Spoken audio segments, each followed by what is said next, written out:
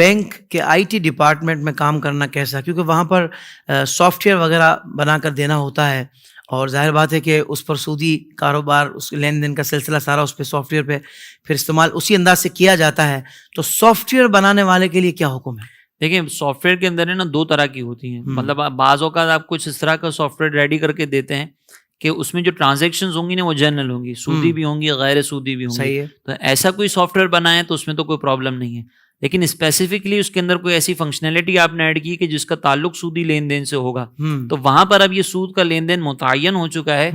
वो functionality add करने पर जो मामलात होंगे उसका एक अलग हुक्म होगा।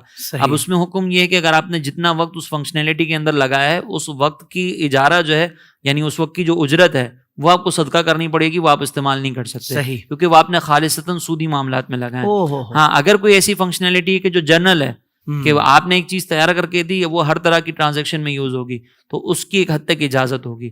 ऐसी सिचुएशन में हुक्म ये होता है कि अगर आपको लगता है कि मुझे हर दफा यही करना पड़ रहा है, कि हराम काम की तरफ भी जाना पड़ रहा है और जायज काम की तरफ भी जाना पड़ रहा है, तो अगर आपके पास दूसरी जॉब का ऑप्शन है तो फौरी तौर पर ये जॉब चेंज करें, क्योंकि आपको हराम के अंदर मुब्तला होना पड़ रहा है। लेकिन अगर आपको लगता है कि दूसरा कोई ऑप्शन अभी मेरे पास है नहीं, छोड़ दूंगा तो परेशानियां होंगी, तो आप दूसरी जॉब की तलाश शुरू करते रहें और जैसे ही मौका मिले ये छोड़ दें। और जब तक आपको दूसरी जॉब नहीं मिल रही, ये जो आपने काम किया है इसकी उजरत आपको जो है वो सदका करनी पड़ेगी। बिल्कुल सही है। और जाहिर बात है उसकी तौबा भी होगी, उसकी तौबा जो भी गलत अमल हो रहा है।